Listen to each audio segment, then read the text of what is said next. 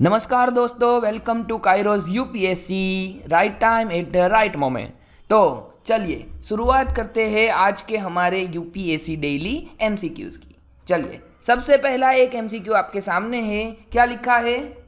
Consider the following statements. Australia's great barrier reef has been removed from the UNESCO in danger list. देखिए, चलिए आपको बताना है Australia का ग्रेट बैरियर रीफ जो है उसको यूनेस्को के इन डेंजर लिस्ट से हटाया गया है, रिमूव किया हुआ है। क्या ऐसा हुआ है क्या पिछले दिनों में? दूसरा sentence, it was selected as world heritage site in 1981।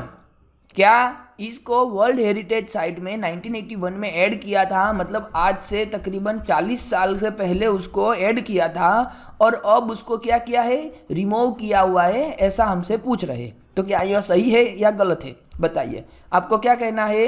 कौन से सेंटेंस करेक्ट बताने हैं? ठीक है, तो दोनों सेंटेंस यहाँ पे सही है, यानी कि हमारा सही आंसर आ जाएगा option C, both 1 and 2 are correct. देखिए अब क्या हुआ है, रिसेंटली यूनेस्को ने अपने लिस्ट में से ऑस्ट्रेलिया के ग्रेट बैरियर रीफ को क्या किया है? इन डेंजर लिस्ट कर दिया हुआ है। इससे क्या हुआ? इसका मतलब ये हुआ कि ऑस्ट्रेलियन गवर्नमेंट ने उस रीफ पे जो काम किया है, उस काम करने की वजह से वहाँ पे जो थ्रेट थे, वहाँ पे थ्रेट को हमें रिमूव कर दिया है। अब ग्रेट बैरियर रीफ को कोई इतना ज़्यादा थ्रेट नहीं है। तो इससे ऑस्ट्रेलियन गवर्नमेंट काफ़ी खुश होगी और ऑस्ट्रेलियन गवर्नमेंट अब वहाँ पे थोड़ा बहुत टूरिज़्म और साथ साथ फिशिंग की एक्टिविटी भी कर पाएंगे। ठीक है, तो ये था यूनेस्को का ऑस्ट्रेलिया ग्रेट बैरियर रीफ को क्या किया है? इन डेंजर किया हुआ है। ठीक है,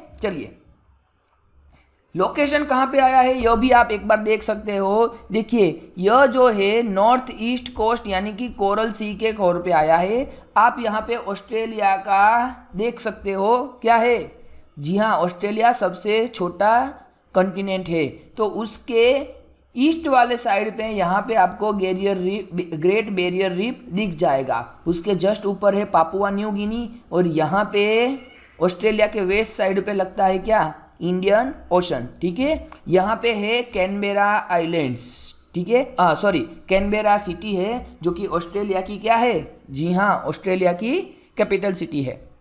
उसके नीचे एक छोटा वाला यहाँ पे आइलैंड दिख रहा होगा, इसका नाम है तास्मानिया आइलैंड। क्या है? Tasmania island. ठीक है, और उसके बगल में यहाँ पे आपको पैसिफिक आइलैंड दिख रहा होगा। ठीक है, तो यह आपको पता होना चाहिए। चलिए चलते हैं आगे।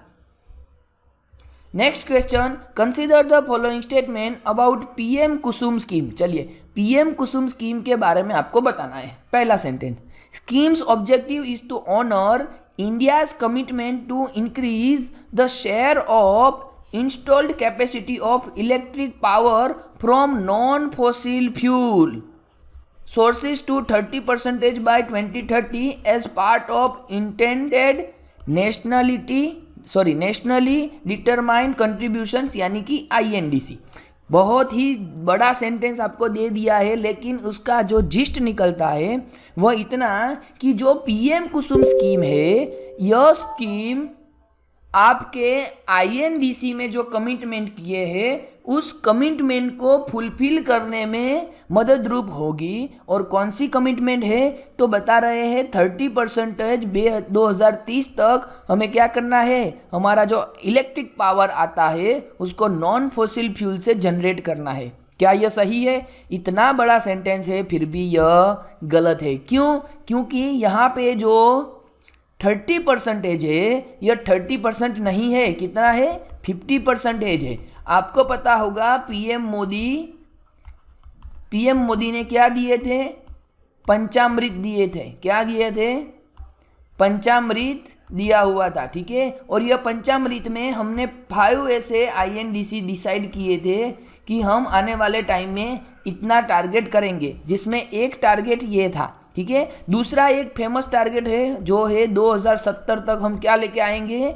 जीरो कार्बन एमिशन लेके आएंगे। ठीक है, नेट जीरो हम लेके आने की बात कर रहे थे। चलिए एक बता दिया, दूसरा बता दिया, अब बाकी के जो 3 है 5 में से कितने बचे, 3 है, तो वह आपको मुझे बताना है। ठीक है, तो पहला सेंटेंस हमारा यहाँ पे गलत हुआ। दूसरा, each farmer will receive 50% subsidy to set up the tubewells and pump set.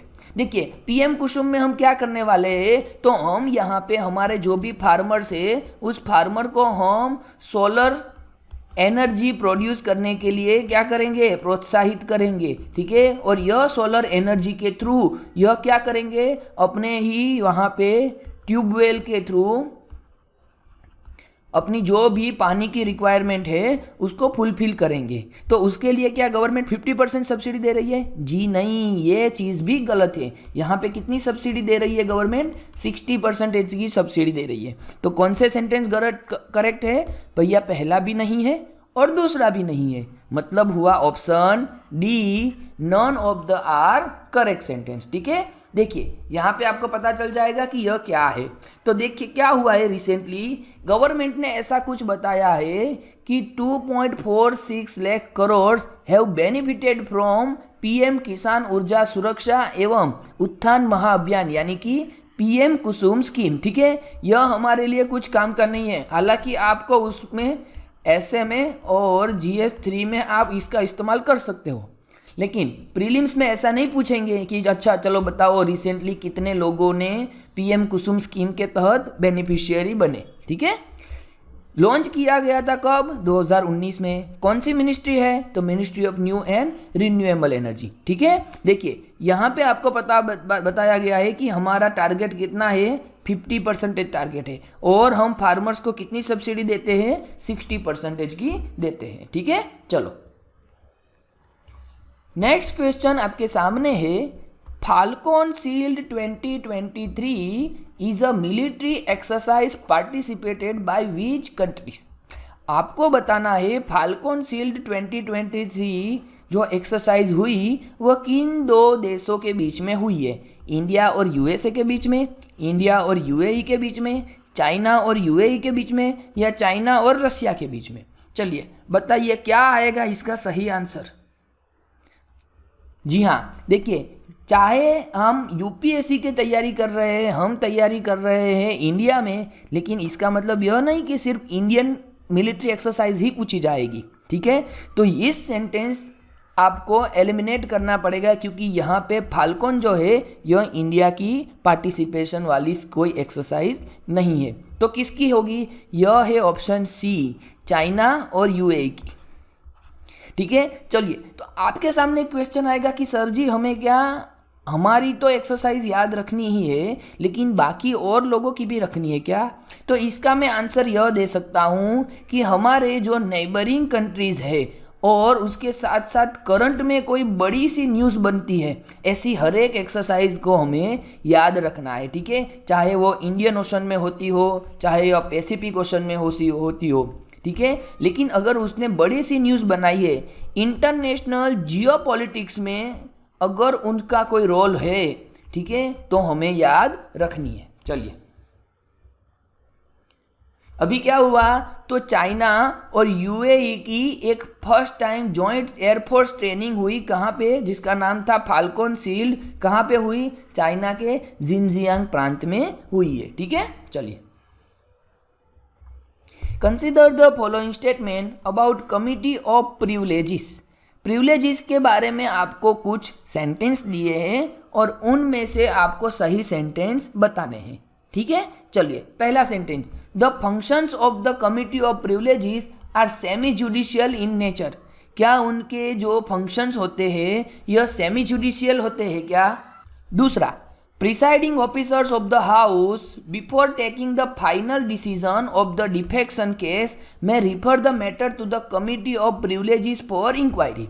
दो सेंटेंस आपको दिए हैं और दोनों के दोनों सेंटेंस कैसे है? सही है। ठीक है, क्योंकि जो भी कमिटी ऑफ प्रिविलेजेस होती है यह अपने आप में सेमी जुडिशियल नेचर की होती है, और जब आपके प्रिसाइडिंग ऑफिसर को किसी के डिफेक्शन के बारे में डिसीजन लेना हो तो यह मैटर किसको रिफर करते हैं? कमिटी ऑफ प्रिविलेजेस को करते हैं। तो यहाँ पे दोनों सेंटेंस सही है, option C will be right answer. ठीक है, चलिए अब थोड़ा सा देख लेते हैं इनके बारे में। तो क्या हुआ है कि पार्लियामेंट्री कमेटी ने प्रेजेंट किया हुआ है in both house of parliament, मतलब पार्लियामेंट्री कमेटी आप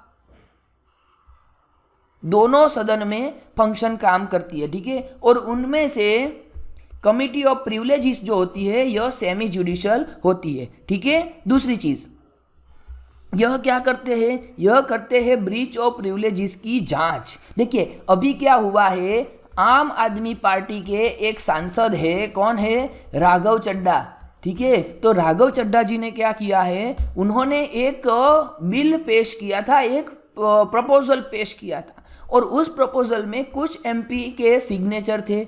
हालांकि उन एमपी ने ऐसा आरोप किया है कि यह जो सिग्नेचर है यह सिग्नेचर हमने किया ही नहीं है, ठीक है। अब देखते हैं आगे आगे उसकी कैसे किस हिसाब से इन्वेस्टिगेशन होती है तो पता चलेगा। लेकिन हमारे लिए क्या मतलब है कि यहाँ पे आम आदमी पार्टी के राघव चड्ढा जी ने प्रिविलेज को क्या किया है, ब्रीच किया है, तो इसीलिए यह न्यूज़ में था। चलिए एक और चीज़ बता देता हूँ कि लोकसभा में जो कमेटी होती है उसमें 15 मेंबर होते हैं और राज्यसभा में जो कमेटी होती है उसमें 10 मेंबर होते हैं, ठीक है। चलो नेक्स्ट क्वेश्चन, राजमार्ग यात्रा, क्या लिखा है, Rajmarg Yatra recently seen in news is related to. चलिए बताइए यह किसके रिगार्डिंग है, क्या यूनिफाइड मोबाइल एप्लीकेशन है, नेशनल हाईवे यूजर्स के लिए। दूसरा, initiative of ministry of tourism to prioritize the safety of Amarnath Yatra, क्या ये अमरनाथ यात्रियों के लिए है। तीसरा, infrastructure initiative of India Nepal in Kailash Parvat region के रिगार्डिंग कुछ है क्या। और last option, initiative of ministry of home affairs जो कि कंट्रोल ड्रग ट्रैफिकिंग, क्या ड्रग ट्रैफिकिंग को कंट्रोल करने के लिए बनाया है। चलिए इन चारों में से कौन सा सेंटेंस सही आएगा, तो जी हाँ आपने बिल्कुल सही कहा, सही आंसर आएगा ऑप्शन ए। यह एक एप्लीकेशन नेशनल हाईवे यूजर्स के लिए बनाई हुई है, ठीक है। अब यह नेशनल हाईवे यूजर्स के लिए है तो इसमें जाहिर है कौन शामिल होगा, national highway authority of India. तो इन्होंने क्या किया है, लॉन्च किया हुआ है राजमार्ग यात्रा करके ऐप, ठीक है। और यह ऐप क्या है, यह एक citizen centric unified mobile application है और इसका जो एम है, इसका जो उद्देश्य है यह क्या है, to create seamless user friendly experience for highway users fostering safe and more enjoyable journey, ठीक है। और यह जो एप्लीकेशन है यह गूगल प्ले स्टोर और एप्पल के प्ले स्टोर दोनों पे शामिल है, ठीक है। तो अगर आप नेशनल हाईवे फ्रीक्वेंटली ट्रैवलिंग करते हो तो आप इस एप्लीकेशन को डाउनलोड करके थोड़ा बहुत देख सकते हो। चलिए ये थे हमारे करंट वाले सेक्शन। अब हम चलते हैं हमारे स्टैटिक क्वेश्चन की ओर। देखिए एक यूजर्स ने कमेंट किया था कि सर जी आपने 50-55 दिन तक पहुंच गए लेकिन अभी आप बोल रहे हो कि 2022 ही चल रहा है। तो देखिए फ्रेंड्स, उसमें क्या हुआ था कि पहले हमारे पास एक सही से सोर्स नहीं मिल रहा था, तो हमने थोड़े बहुत 2021 के क्वेश्चन भी उठाए थे, ठीक है। तो शुरुआत में 2021 के एमसीक्यू हमने सॉल्व किए हैं और अभी हम खत्म करने आने वाले हैं कौन से, 2022 वाले, ठीक है। तो याद रखिएगा हम आपके कोई भी एमसीक्यू छूटने नहीं देंगे और कोई भी एमसीक्यू अगर रिपीट हो जाता है तो आपके लिए अच्छा होगा, लेकिन हम कोशिश करते हैं कि एक भी एमसीक्यू रिपीट ना हो और साथ ही साथ एक भी एमसीक्यू आपका छूटे नहीं, ठीक है। चलिए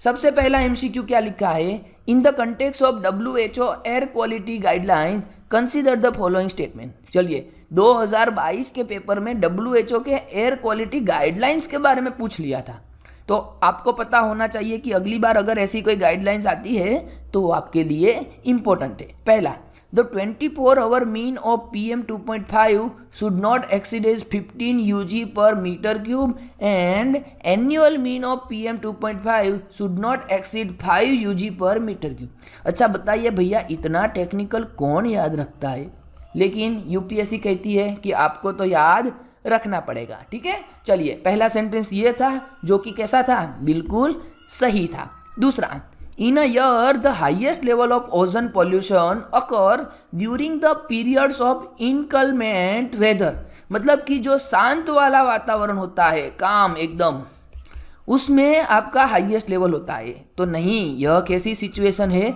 यह हॉट सिचुएशन होता है, अनस्टेबल होता है। तो यह चीज़ क्या हुआ, गलत साबित हुआ। ठीक है। दूसरा, PM10 can penetrate the lung barrier and enter the blood stream.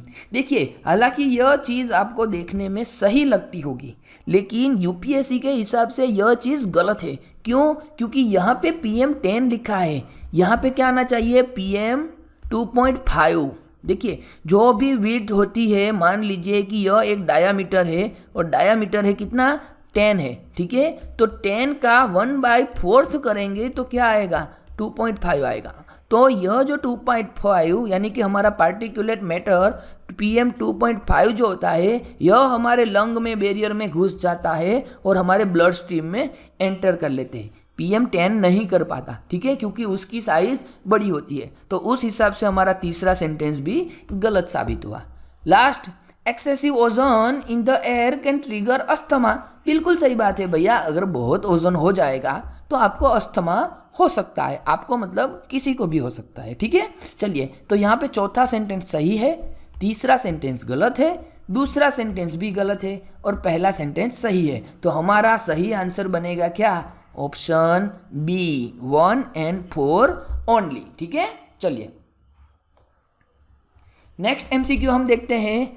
आपको बताना है, consider the following statement. The climate group के बारे में is an international non-profit organization that drives climate action by building large networks and runs them। क्या यह एक ऐसा इंटरनेशनल नॉन प्रॉफिट ऑर्गेनाइजेशन है जो कि किसके लिए काम करता है, क्लाइमेट एक्शन के बारे में काम करता है। ओके, तो यह पहला वाला सेंटेंस हमारा सही है। दूसरा, द इंटरनेशनल एनर्जी एजेंसी यानी कि IEA in partnership with the climate group launch a global initiative EP100। क्या इसको IEA के साथ मिलकर लॉन्च किया हुआ है? तो यह चीज़ गलत है, इसमें IEA का कोई रोल नहीं है। तो दूसरा हमारा हुआ गलत। अब जैसे ही हम दूसरा करेंगे तो क्या आ जाएगा हमारा आंसर, देखते हैं। देखिए, यहाँ पे A है तो यहाँ पे 2 नंबर कटा, यहाँ पे C में 2 नंबर है तो C भी कटा, और D है तो वह भी कटा। ठीक है। तो अब हम देख लेते हैं, तीसरा सेंटेंस सही है। क्या लिखा है, EP100 brings together companies leading to driving committed innovation in energy efficiency and increasing competitiveness while delivering on emission reduction goals। तो यह सेंटेंस सही है। और चौथा, some Indian companies are member of EP100, यह भी सही है। और पांचवा सेंटेंस हमारा गलत है। क्या हुआ है कि एक ऐसा मान के चलिए आप, एक EP100 करके एक ग्रुप बना है। यह ग्रुप किनका है, यह ग्रुप है प्राइवेट कंपनियों का। ठीक है। यह प्राइवेट कंपनियों ने क्या किया है कि भैया हम अपने आप से क्या करेंगे, हम अपने आप से एमिशन को डाउन करने में कुछ कंट्रीब्यूट करेंगे। ठीक है। तो इन लोगों को कॉरपोरेट का ग्रुप कहा जाता है, जिसमें IAEA शामिल नहीं है, लेकिन इंडिया की थोड़ी बहुत कंपनियों ने इसमें मेंबरशिप लिया हुआ है। तो सही आंसर हो जाएगा हमारा ऑप्शन बी, 1, 3 and 4 ओनली। ठीक है। चलिए,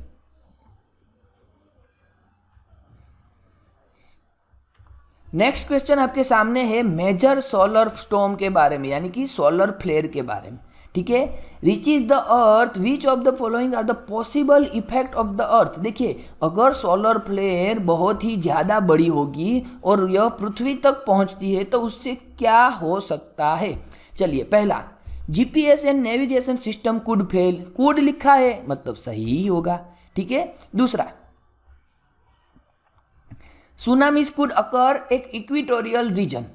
अब सुनामी हो सकता है क्या, आप मुझे बताइए, सुनामी कहाँ और आपका ये सोलर फ्लेयर कहाँ। सुनामी तो आपको पता है कि समंदर में क्या आएगा, अगर समंदर में आपका अर्थक्वेक आएगा तभी ये होती है। तो दूसरा हमारा गलत साबित होता है। ठीक है। अब जहाँ जहाँ पे भी दूसरा है वहाँ पे काटो। तो यहाँ पे दूसरा है, ए कटा, यहाँ पे भी दूसरा है, ये भी कटा, और यहाँ पे भी दूसरा है, ये भी कटा। इसका क्या मतलब हुआ, मतलब हुआ कि आपका सही आंसर आ जाएगा ऑप्शन सी, 1, 3, 4, 6 and 7 ओनली। इसका मतलब पांचवा भी गलत है। पांचवा क्या लिखा है देख लेते हैं, forest fires could take place over much of the planet.